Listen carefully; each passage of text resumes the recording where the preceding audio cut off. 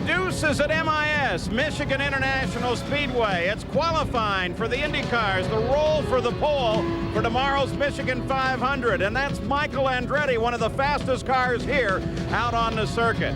Welcome. We're going to have a great speed-filled afternoon in store for you here. The qualifying for this particular race is held this way. You have up to 3 laps in which to warm your car up. On any one of those 3 laps, you can signal that you're ready to go. And when you take the green flag, you then have 2 qualifying laps around this 2-mile track. The fastest of those 2 qualifying laps is, in fact, your qualifying speed. Now, Jan Bikas, since the IndyCars have last run here, there have been some substantial changes that affect the speed. There really has, Paul. You know, Michigan has always been a great racetrack to drive, but it's been so rough, it's like driving across railroad tracks. But now, a brand new surface, it's smooth as glass, the drivers love it here. But after testing, they were concerned. You know, if we had the same rules as last year, we'd run over 240 miles per hour as an average speed. So IndyCar took away about 75 horsepower from these engines, but still, trap speeds over 240 and average speeds this morning over 230 miles an hour. Yeah, maybe they should have taken a little more horsepower away. Gary Gerould, what do the drivers think of all this as we watch Michael Andretti, who has taken the green flag? Paul, this has been just a tremendous weekend for everybody because everybody's starting fresh. Some teams have tested, but everybody's been fast, and drafting has come back to IndyCar racing. It's been a huge factor. We've seen tremendous speeds despite the reduction of boost. Now, we've got fast guys. Andretti on the track. Teo Fabi has been over 230 miles an hour. Raul Boesel, Andre Ribeiro in the Honda-powered car. They'll be the next 3. Then you come up to Danny Sullivan, a longtime fixture in this series. Christian Fittipaldi, an outstanding rookie, is also going to be next in line, but he's without his teammate, Robbie Gordon. Robbie had a very serious crash yesterday. We'll have a chance to outline that a bit more. It's resulted in some changes in the suspension of these cars that get such a stress load. Michael Andretti looking for a checkered flag, Paul, as he comes down out of turn 4. And he flashes across the line, completing his second lap. His first lap was in his fast speed, 228.413 miles an hour. And of course, for the moment, that means that Michael has the pole. Boy, look at the speed there, though. Wow, 228 miles an hour, Paul. That is much higher than people expected. We saw speeds this morning well over 230, but that was in the draft. These cars this year here at Michigan, very susceptible to the draft. I think 228, that's very strong. So 228 miles an hour, that puts Michael on the pole, at least provisionally. Interestingly enough, at 234 miles an hour, his father holds the track record here from back in '93. Teo Fabi is the second car out. Here's a driver from Milan, Italy. He's an engineer. He really understands these cars technically. He's a guy that's won an IndyCar, and I think we're going to find that he is going to be a winner before this year is over, possibly even here. I really think so, Paul. You know, he has some engineering changes in that Lee Dykstra has joined the team. And we talk about Teo being an engineer himself. At best practice speed, 231.5. Again, these practice speeds are in tows. These guys, when they get in the tow this year in the Michigan 500, that's the draft. Very similar to what we see in NASCAR racing, where you get one car behind another. And boy, they say this year with the reduced boost, they really crank down the straightaways. His first lap warming up. This is a warm-up, first lap. 218 miles an hour, mere 218, no problem. Teo Fabi now begins to pick the throttle up and takes a look at the possible green flag, not this time by. And we'll give you the speed on his second warm-up lap as soon as it comes up for us. The EDS scoring system in play here today, which can track the cars down to 1/10,000th of a second.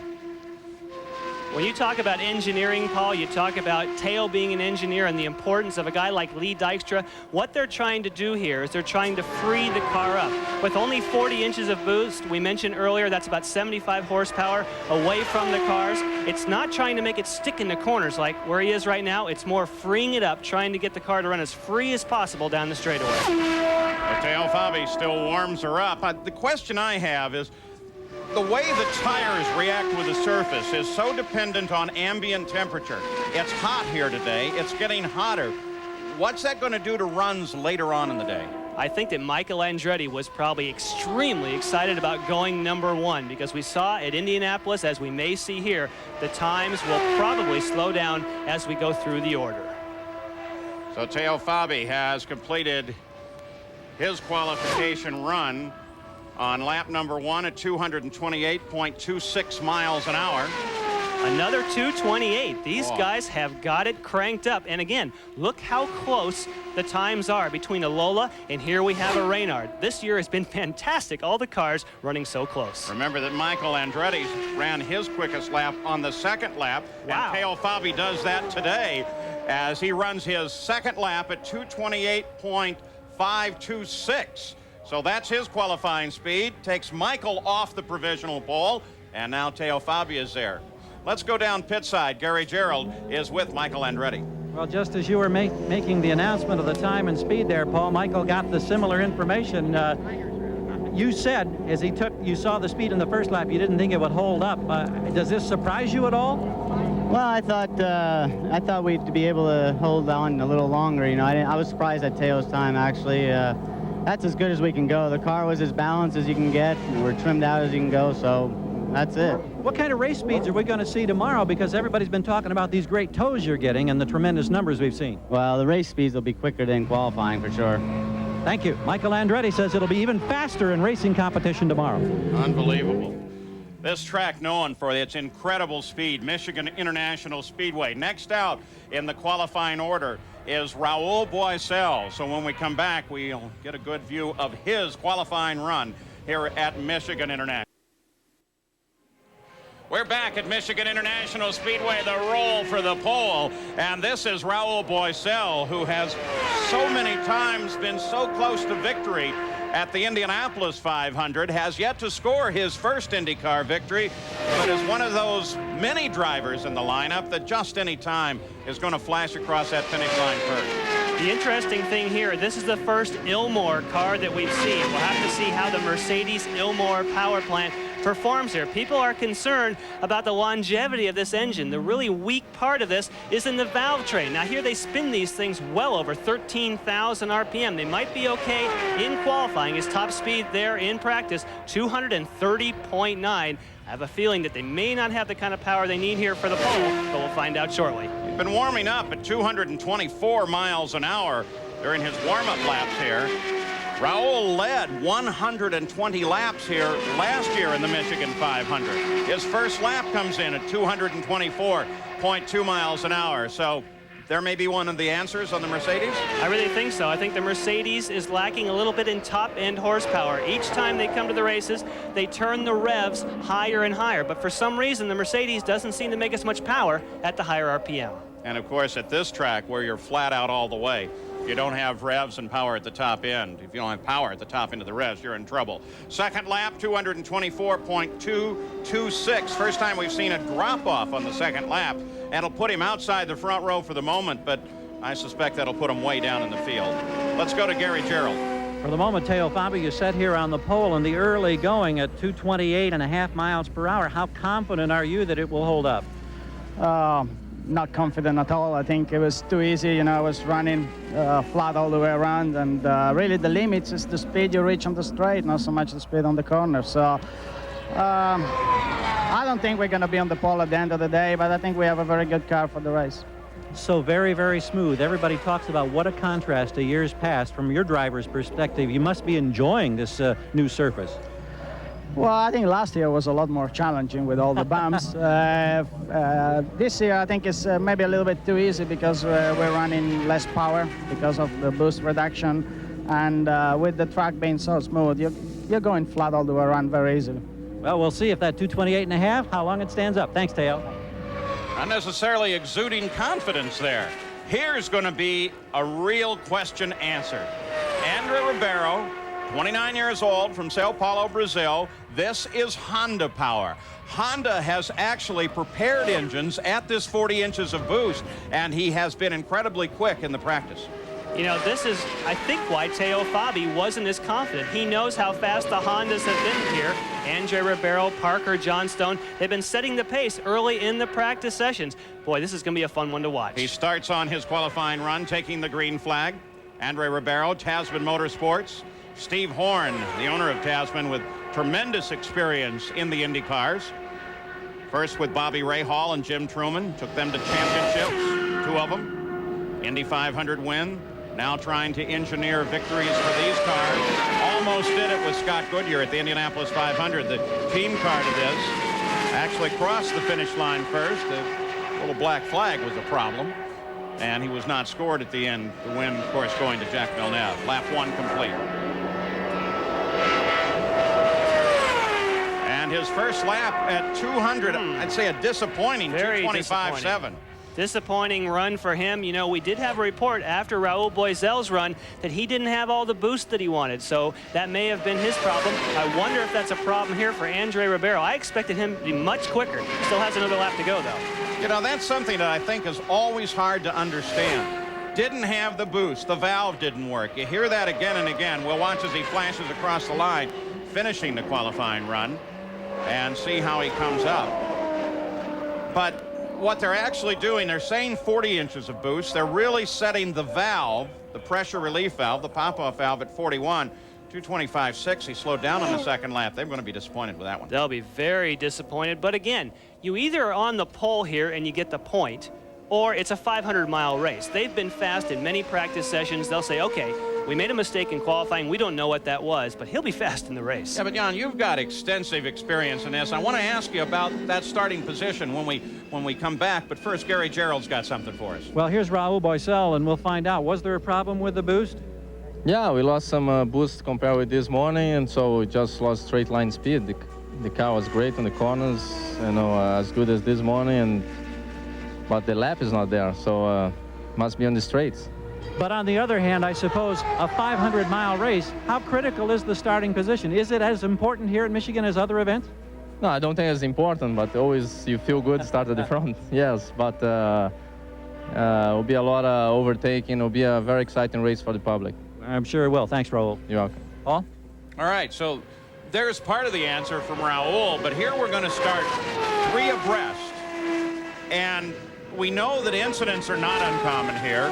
So as a driver, don't you want to be either all the way up in the front or maybe way in the back where you can see what's happening? You don't really want to get caught in those middle rows, do you? No, I think if you qualify in the middle here, you're going to be concerned about those first few laps. Once everyone strings out, that'll be a bit better. But I'll tell you, I am so excited about what this race is going to be like tomorrow.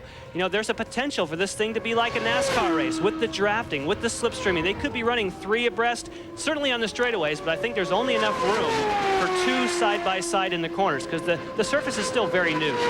Danny Sullivan is on the course. Good news is that Michigan International almost always produces some very unusual results. Danny Sullivan has taken the green flag and begun his qualification attempt here. Paul, earlier when you were talking about the valve, if a guy blows a valve, what that means is they have a switch inside the car that they set it so that they run just as close to 40 inches of boost as they can.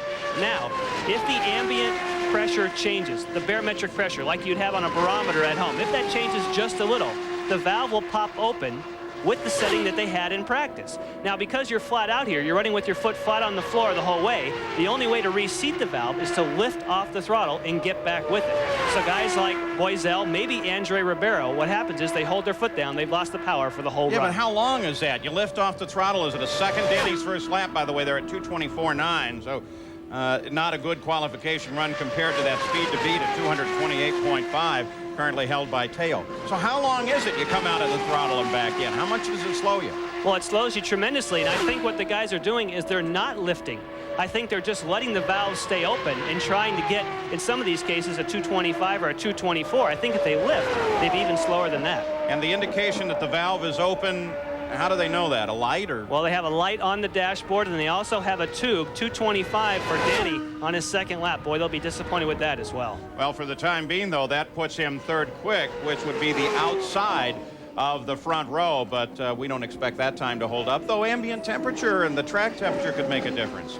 Andre Ribeiro is qualified, now is with Gary Gerold. Andre, Danny Sullivan has just bumped you into the second row for the moment. How disappointing is that? Well, we had a little problem with the pop-off valve. It was blowing more than this morning. So I think this is the reason that we did slow down so much. But looks okay for the race. Okay, thanks a lot. Thank you. So Honda's first of two engines is in the race, and Teo Fabi still has the pole. Back at MIS, Michigan International, the Deuces roll for the pole for tomorrow's Michigan 500. Here's the qualifying order. Now, of course, we've already gotten down beyond that 6 point. Christian Fittipaldi elected not to go. Eliseo Salazar went out. Love that name, Salazar. Eliseo Salazar went out, then came back in. And so now Alessandro Zampedri is out on the racetrack, and he has been quick in practice. He has, Paul. He's driving a 1994 Lola with a Ford power plant. I tell you what, this guy has been amazing. And as you look down through the remainder of the qualifying order, there are some pretty stout names there with some great equipment. And the fact that Teo Fabi is on the pole, even as Teo suggested, may only be temporary. One name I've really been watching is saw Parker Johnstone down there in the order. That's the second Honda engine. And who knows? Green flag out now for Alessandro Zampedri from Brestecca, Italy. I used to order that. No, that's bruschetta, isn't it? Let's go to Gary Gerould. Danny Sullivan is here at the moment. You're in that front row. I know a little disappointed at a near 226, but nonetheless, it looks like in this heat, these numbers may stand pretty well. Well, I'm disappointed in one way because we've run faster, but I'm pleased compared to what everybody else is doing. I think the heat is affecting it more and is going to affect it longer as we get into the qualifying. So I'm very pleased with where we are right now. 500 miles is a long way in this heat tomorrow. Well, that's true. And really, if you're on the front row, that's great. But in a 500-mile race, just put it good in the show and have a nice, comfortable car for the race, and we'll see who's there at the end. Thanks, Danny. Thank you. So on the course, Alessandro Zampedri, but he's struggling in the fact that he's also not with the greatest equipment. We talked about the guys with the good stuff. He's got an uphill battle. Oh, he's got a real uphill battle now. That first lap speed, 218. But you know, he and Buddy Lazier both driving for Dale Coyne. They've been in 94 Lolas, you know, with the Ford power plant. They've been staying, you know, in the draft. Those guys run with the top guys. I'm not sure what his problem is, but he's way off the pace. Completes his second lap of qualifying. Let's see if it's helped the speed any at all. As Alessandro Zampedri slows down. And take a look at who's next up. It's going to be Jacques Villeneuve, the Indy 500 winner, who is always quick, always somebody to watch. Zampedri's 2 laps, 2:18.1 and 2:18.1. So he's going to be well back in the field. We'll have coverage, of course, of the Michigan 500 tomorrow on ABC Sports at 2:30 Eastern, right here from Michigan International Speedway. Jacques Villeneuve rolls out. You know, Jacques is one right now. He's thinking about qualifying, but he's thinking about that race tomorrow. They're more concerned with just getting strongly in the field. We were talking about Robbie Gordon earlier and the fact that he crashed here, crashed heavily. There he is back. He spent the night in Ann Arbor, though I understand he spent most of the night trying to break out of Ann Arbor Michigan University Hospital Medical Center and is very disappointed. But the way the doctors view it, he was unconscious after the accident when they were working on him. This was yesterday. And because of that unconscious condition, 7 days. They're just not going to let him race for 7 days. And of course, they have exercised that rule before. They took him by helicopter, but as you can see here live with these pictures, he's A-OK. But from what I understand, that's where he hit the wall. But he's pretty angry. He doesn't have a chance to drive. But remember, Mansell and some others, they did enforce that rule. And it's probably a very good rule because it does take a while to come back from a head injury, especially any time that you've been unconscious. And that's the rule. That's the way they're going to play it. Robbie is not at all pleased with that, but remember when he was 10 years old, he was in the hospital for I forget what it was, and the hospital called his mom and said, come over here, he's trying to break out. 233 miles an hour, the best practice speed for Jacques Villeneuve. 228 is the pole position provisionally held by Teo Fabi. So this could be a run for the pole here. Again, we need to remind people that that was in a tow. He supposedly got a fantastic draft on that lap. However, on his own, he may have enough speed. He certainly has the package here to go for the pole. Green flag out for the green team car of Jacques Villeneuve. A well put together team. Guys that really enjoy racing with one another. Kyle Moyer, of course, runs the organization underneath Barry Green and Kim Green. But I don't think you'll find a team that is better put together where you really enjoy being with them. And in fact, Jack has said, despite a lot of offers from Formula One and the fact that he is going to test the Williams apparently in a couple weeks, that it's going to take an awful lot to get him away from this team. Well, they have an awful lot to offer. We'll have to see what he does take. You talk about the car being put together.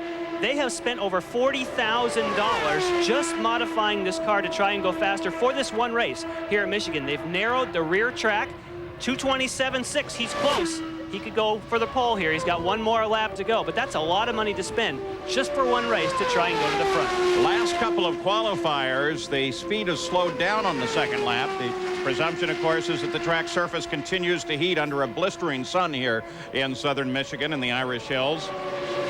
And let's see what happens. You see that line there? What he did was go all the way down to the bottom of the racetrack. Most drivers feel if you do that, you're driving downhill to the finish line, gives you just a little extra speed. Wow, look at that speed. 228.2 miles an hour, his fast lap. That makes him, though, third quick of the day, and will put him on the outside of the front row. More from MIS on the Deuce in a minute.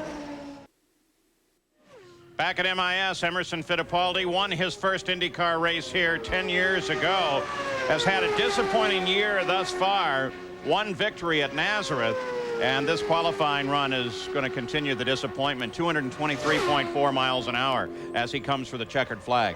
Paul, it's just a case of aerodynamics. You know that Emerson Fittipaldi has his foot to the floor. He's doing everything he can. Penske and all the engineers are doing what they can, but this thing just isn't slippery enough in these kind of conditions. So the 2 laps there, the fastest at 223.6, and Emerson Fittipaldi makes it into the field in row 3. But what about the man currently on the outside of the front row, Gary? Well, this business of getting to the pole has become kind of a regular routine in recent weeks. Now today you're close. At the moment you're in the front row. Are you disappointed that you won't be starting from that #1 spot?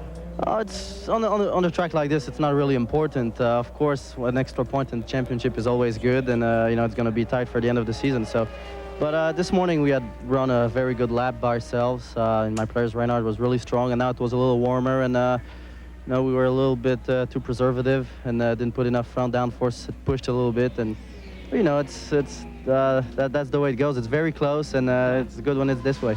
Now, we understand you've got a Formula One test coming up after the Michigan 500. Is that correct? Are you excited about this? Well, there's some discussion. I don't even want to think about it until now. So it's Craig Pollock, my manager, that's discussing with people, and I don't even want him to talk with me right now about anything like that. We're concentrating on the championship.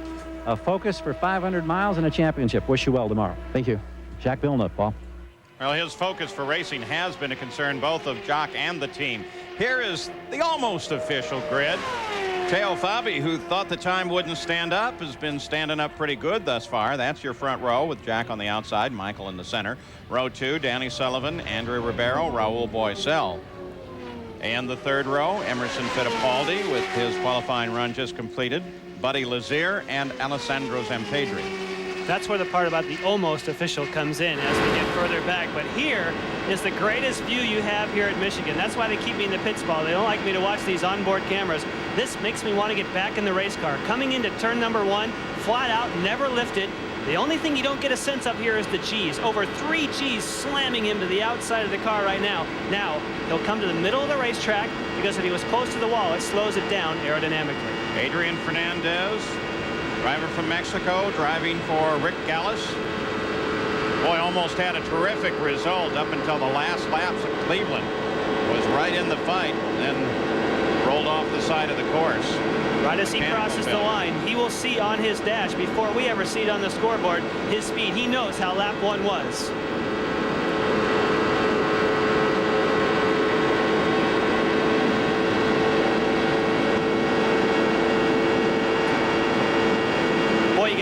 Sense of the speed there, just listening to that engine scream down the straightaways. Ooh, you hear the engine slow there? That's not him lifting, that's just the drag as he has to turn it through the corner. Looks like he lost some speed on the exit. So Adrian Fernandez completes his qualifying run, comes out of the throttle and slows down. And we wait now for his official speeds. His fastest lap at 2:25.5. We'll be back.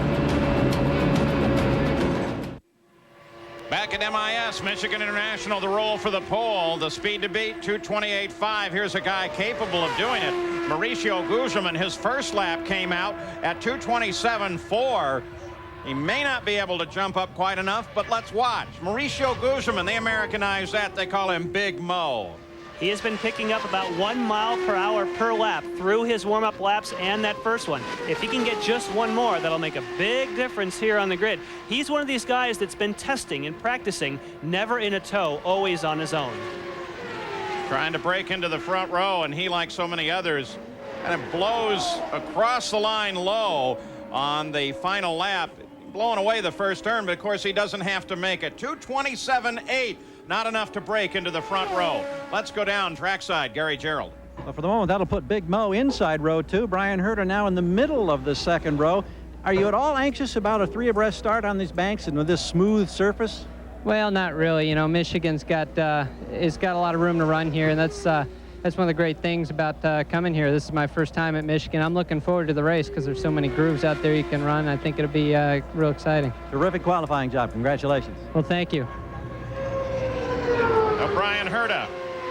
In a moment, we'll start in the second row. It's football Canadian style. The field is a bit longer, a little bit wider, but the intensity about the same.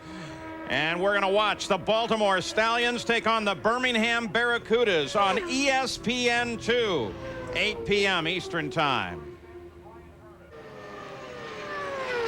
Al Unser Jr. completing his qualification run, his first lap in at 2:23, just a tick faster than Emerson Fittipaldi, his Penske teammate. That shows you the consistency of Penske. A driver here at Michigan cannot really pull much out of the hat. You hold your foot on the floor, you try and free up the car, but both Penskes right now within 1/10 of a mile per hour. And of course, this magnificent facility here is one of Penske's tracks. Beautiful race course. They do get some practice opportunities here. And Al Unser Jr. comes across the line, second lap at 2:24.2. So he jumped up a bit and got ahead of Raul Boesel. Let's go to Gary Gerould with Big Mo. Mauricio Gugelmin inside row number 2. You drove here as a rookie last year when it was so rough. Now it's so very smooth. The speeds are up despite reduced boost. Your feelings coming away with this qualifying run? Well, it's great. It's like playing snooker right now because the surface is really nice. The only problem, you flat out all the way, and we trimmed the car as much as we could, and we still don't have the speed that we wanted to have, but it's a long day tomorrow. Indeed it is. Thanks, Mo. You're welcome. Paul? All right, Mauricio Gugelmin. Now, here's a run we've really been waiting for. Parker Johnstone, Honda-powered car. Remember, his teammate did fairly well, but focus is here now. This guy can be quick. Of course, that's his Honda teammate. This is his own team, Comtech. And I tell you, he has done 800 miles of testing here. This guy is just absolutely smoking. We can look at the warm-up laps. This guy, oh man, this is going to be a great run for Parker Johnstone. Race controls reporting 235 miles an hour through the traps on this car on the warm-up. 231 on that warm-up lap. Lap number 1, 230.2. This is amazing. Parker Johnstone, all that, see, they say testing pays. It's paying for Comtech and Parker Johnstone. And that put him on the provisional pole. In fact, to put him on the pole. A little faster through the traps last time, too. Through 236 miles an hour. They have got this thing trimmed out. The Honda, they say, is the most powerful engine on the circuit at the moment, and it worked for him. 230.458 miles an hour. Parker Johnstone has the pole. Is this cool or what? Back at MIS on the deuce, you're riding right on the nose of Stefan Johansson's 1994 Penske. That thing sticking up there, that's a radio antenna. That's not a targeting device. That's what handles the two-way communications as they talk back and forth to the pits and Tony Bettenhausen, the car owner. Listen to the revs going through the corner. Hear those revs gradually drop, then listen to the exit. Every time he turns the wheel, that slows the car down just a little. That's why he's losing the speed. And the checkered flag comes out for Stefan Johansson. Not the greatest run in the world for Stefan. 220.2. Now, Stefan Johansson cleats it, and Parker Johnstone's ready to talk. Parker Johnstone, Honda, Firestone, looking at right now perhaps their first pole in IndyCar racing. For you, what a story, because with this limited season and all the testing now paying off, you feel like you're king of the hill right now? Oh, not at all. There's still a lot of fast guys behind us, but God smiled on us today. We had some problems earlier in the week, and when it had to come right, the guys of the Comtech Racing crew did their job 100% when they had to, came through in the clutch, and we'd like to thank everyone at Renard, Firestone, and especially Motorola and Honda for making this all possible. Now, there wasn't the funding for you to try to do this at Indianapolis. You missed that month of May after all the hundreds and thousands of miles of testing. Was that a bitter pill to swallow at that time? Well, you look at a great team like Penske and the disappointment of Val Jr. and Emerson Fittipaldi, and it really puts a perspective on the whole thing. And for us not to be there, really, in comparison to the grand scheme of things, really wasn't that big of a deal in comparison to them. I've been with Honda for 11 years now, and our duty is to get this engine up to speed to make it a front-running engine, and that was our #1 priority. We were sorry we couldn't be there, but it certainly was good to be here today and have the provisional pole. Boy, enjoy this. Thank you very much. Paul? All those hours and hours of testing paid off for Parker Johnstone and the Honda. Jimmy Vasser is out now. He's had some pretty good speeds in his warm-up, and his first lap comes in at 2:27.5. So not enough to get him on the pole, but it certainly puts him up in the field. It does, Paul. That is a great run for him. And when Parker said, well, there's a lot of fast guys to come, really, it's Jimmy Vasser, possibly Paul Tracy. But I think that's Parker Johnstone just being a little bit humble there. I mean, he has got a big lead on the field at the moment. Jimmy Vasser completes his qualification run. Remember, he has one victory from Portland earlier in the year, but of course that one's in dispute. Second lap in at 2:27.9, so he picks it up a bit, and that makes Jimmy Vasser the 5th quick qualifier and puts him in the second row. Now tomorrow we'll have coverage of the Michigan 500 on ABC Sports. Should be a great race. We'll be back in a minute. This is Paul Tracy in qualifying the IndyCars Michigan International Speedway for tomorrow's running of the Michigan 500. You saw his practice speed thus far, 230.458 miles an hour. The speed of Parker Johnstone, Honda, Firestone, Parker a rookie. Boy, what a great story that is. Only half a second below Mario Andretti's track record, set with a substantially higher boost setting and therefore higher power. But Paul Tracy, he's been very, very quick. Completes his first qualifying lap now. Not nearly fast enough. 2:26.5. Good enough now for the 8th starting position, or the center of the 3rd row. Well, that shows you how dominant in qualifying Parker Johnstone was, because at the moment, especially right in through here where Paul Tracy is, yeah, listen to that engine. It's struggling going through there at 40 inches. The track's starting to get a bit slick in this heat. The car here, of course, Ford powered. Ford has been able to turn many of these races into victory. Paul Tracy certainly one of those that has been able to do that. And Paul Tracy completes lap 2 at 226.493 miles an hour. Jimmy Vasser, of course, qualified into the field and with a very, very good run. 5th quick. He's with Gary Gerould. Starting in the second row in the middle at the moment. It looks like that may stand. How happy are you, Jimmy? I guess we're fairly happy. You know, qualifying, this is a grueling race, 500 miles. Qualifying, if you can't get the pole, really doesn't, it's not really indicative of the finish, I don't think. And, you know, we would like to have been on the front row, but that's all there was for us today. So hopefully we'll have a lot more tomorrow in the race. Thanks a lot. Thank you.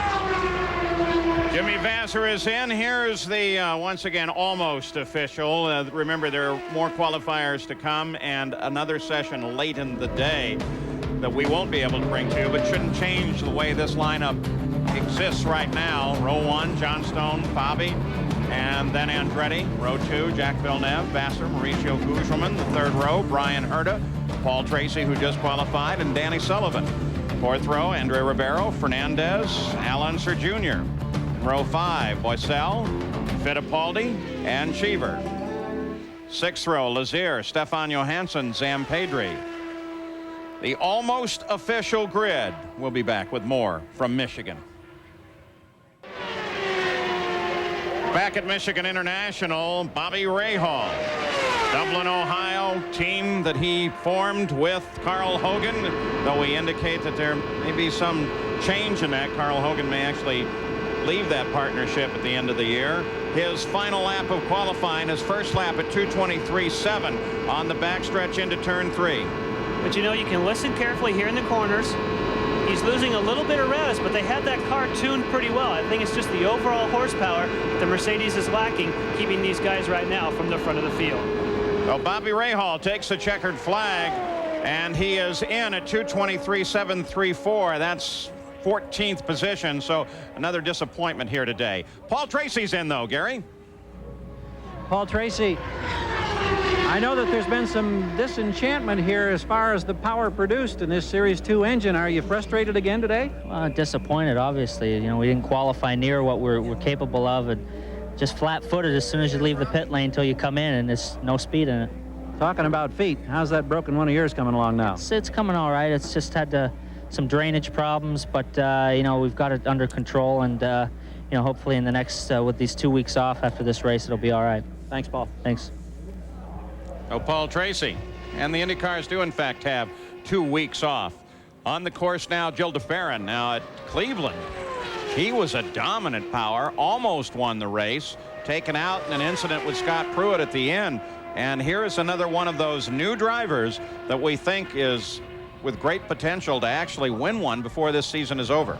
And he's had strong practice speeds here. Remember, Teo Fabi sits in the middle of the front row with a Reynard with the Ford power plant. So we'll have to see. Be interesting to see the comparison between these machines, power plant wise, and what he can do with it. Interesting too, remembering the incident at Cleveland, that Scott Pruitt is next up in the line. So they've had to sit there in the pits alongside one another while they're both preparing for these qualifying runs. I wonder if there were any glares going back and forth. Now, when I mentioned Teo Fabi, look at the difference between a Reynard with a Ford and a Reynard with a Mercedes. It may be different in the race, but in qualifying, they don't seem to have the top end, very high RPM horsepower they need to get the job done.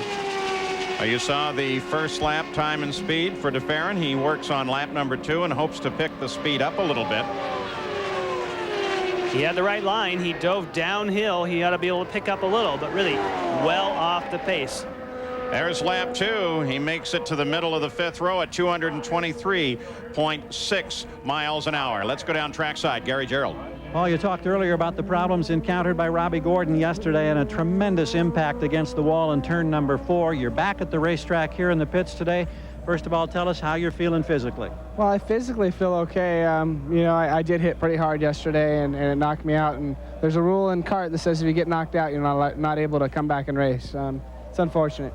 Now, you did your best, I know, within this last hour to try to convince them otherwise. You want to race tomorrow. I think that we're okay to race. You know, I did have another car that the Valvoline crew had put together that we could have raced, but a rule's a rule, and they're going to stand by it. Now, you brought along, and you just handed me an interesting little piece of literature here from a doctor who treated you at Foot Hospital in Jackson, and he indicates, as a neurologist who cared for you, that he thinks that you're normal and would put no restriction on you. Is that correct? Well, you know, he thought I was perfectly normal. You know, I wanted to go home last night, and he said, you know, stay overnight for me, and I'll write a letter for you tomorrow. And stayed overnight. Nothing happened overnight, and he wrote the letter for me. But, you know, kart has their rules, and Ogilvy and those guys, they're going to stick by it. So we have to honor their, of course, opinion, and so I know it's maybe disappointing right now, but maybe in the long run, this is all for the best. You know, it's really going to hurt us in the championship. You know, when you lose 20 points to Jock, it hurts, and we're enough right now behind them that it would make a difference if we did or didn't run. A frustrated race driver, but at least he's healthy, Paul. More frustration may be from Scott Pruitt, who looks like he just blew the motor big time. But look at the way he stopped the car. I would expect him to jump out very quickly. Sometimes when you blow engines, there's hot water that gets down back behind the seat. He was very quick in stopping that car. Well, obviously some water hasn't got in there. He's very leisurely getting out, but a big engine problem for Scott Pruitt. It would have been interesting to find out, was Parker Johnstone's run because of Firestone tires or because of the Honda power plant? This would have told us. Yeah, that would have been the answer right there. Is it great Robbie Gordon brings a note? A note from home. I've got a note. Doctor says I can drive. You know, there is, not to dispute Robbie, but there is some wisdom to that kind of thinking, because unlike going out and doing your job at the local Dairy Queen or whatever, there's more sophistication to this, and the doctors that make those decisions have had a lot of experience with racing. And they don't want to do, especially on a track like this, anything to jeopardize the rest of the field. The reason they make that decision is not that Robbie couldn't drive now, but if he had another accident, that's where the real danger lies. So he may physically be able to drive right now, but they're very concerned about if something else were to happen. Scott Pruitt, boy, he's got to be frustrated. Great guy, though. You know, let's go back to Robbie for just 1 second. There's Christian Fittipaldi, who has not taken a qualifying run and may, in fact, be waiting until this afternoon. He's the teammate to Robbie Gordon. One of the great jokes going around with the doctors yesterday was, how do you tell neurologically if Robbie is, in fact, normal? I mean, what kind of test do you use? Because he generally doesn't know what day it is or where he is. Well, I think he could tell he was normal because he had to sign some forms at the hospital, and first he signed it Rick Mears, Christian Fittipaldi. He kept signing other drivers' names, so he certainly kept his sense of humor. He has a great sense of humor. All right, the almost official grid once again with all the qualifiers pretty well complete, save Christian Fittipaldi. The front row, Johnstone, Fabi Andretti. The second row, now Villeneuve, Vassar, and Gugelmin. In row number 3, Herta, Paul Tracy, Danny Sullivan. The fourth row is Ribeiro, Adrian Fernandez, and Al Unser Jr. Row 5, Raul, then Gil de Ferran, and Bobby Rahal, Raul's teammate. The sixth row, Fittipaldi, Eddie Cheever, and Carlos Guerrero makes it into the sixth row. In row number 7, Buddy Lazier, Stefan Johansson, Alessandro Zampedri.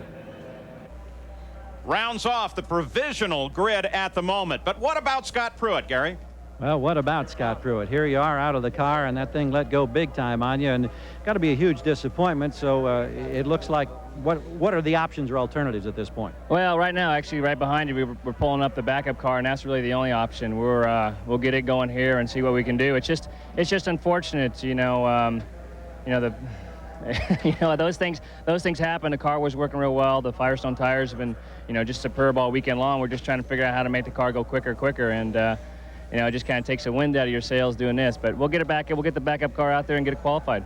Have you had any laps thus far this weekend in the backup car at all? No, not yet. We're about to here in a moment, but they've been pretty similar all year long, and there'll be some subtle things we're going to change and go out and get what we can out of it. Everybody says, of course, in a 500-mile race, the position in the starting grid is not that significant. Do you buy that theory at this point? Yeah, it's true. I mean, the biggest thing is the closer to the front, that hopefully the more out of the way you stay in case something was to happen. But beyond that, no. I mean, 500 miles is a long way. It takes a lot of teamwork, good pit stops, good durable tires, and a good durable engine. Well, hopefully things will have better fortune for you here. Thanks, Scott. Thanks.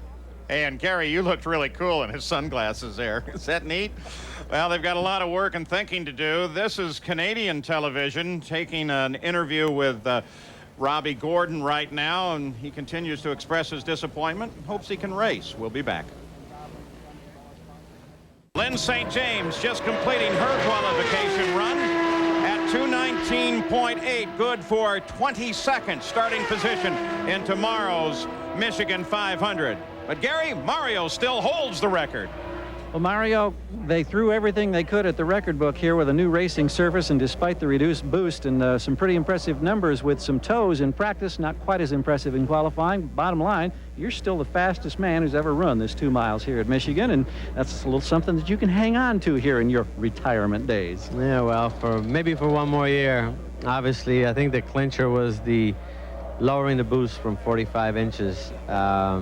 Obviously the car's just losing about 70 horsepower, and I was impressed with that Honda run of 230 with 40 inches.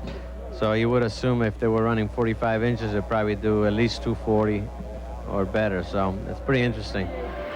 Scott Pruitt flew the engine earlier. This is the backup car. The backup car has had very little time, and we won't get a true test of those Firestones. Got it to the outside of row 4. And so the front of the field is locked here, and this is the way they'll line up. Parker Johnstone, the first rookie since Teo Fabi in 1983, has the pole. First pole for Honda, first for Firestone. Teo Fabi will start alongside, Michael Andretti to the outside. In the second row, Indy winner Jacques Villeneuve, Jimmy Vassar, and Mauricio Gugelmin. In the third row, Herta, Tracy, and Danny Sullivan. Row number 4 for tomorrow's Michigan 500. Ribeiro, Fernandez, and Scott Pruitt with that run. And the fifth row, Al Unser Jr., Raul Boesel, and Gil de Ferran. Row number 6, Bobby Rahal, Emerson Fittipaldi, and Eddie Cheever. In the seventh row, Carlos Guerrero, Buddy Lazier, Stefan Johansson.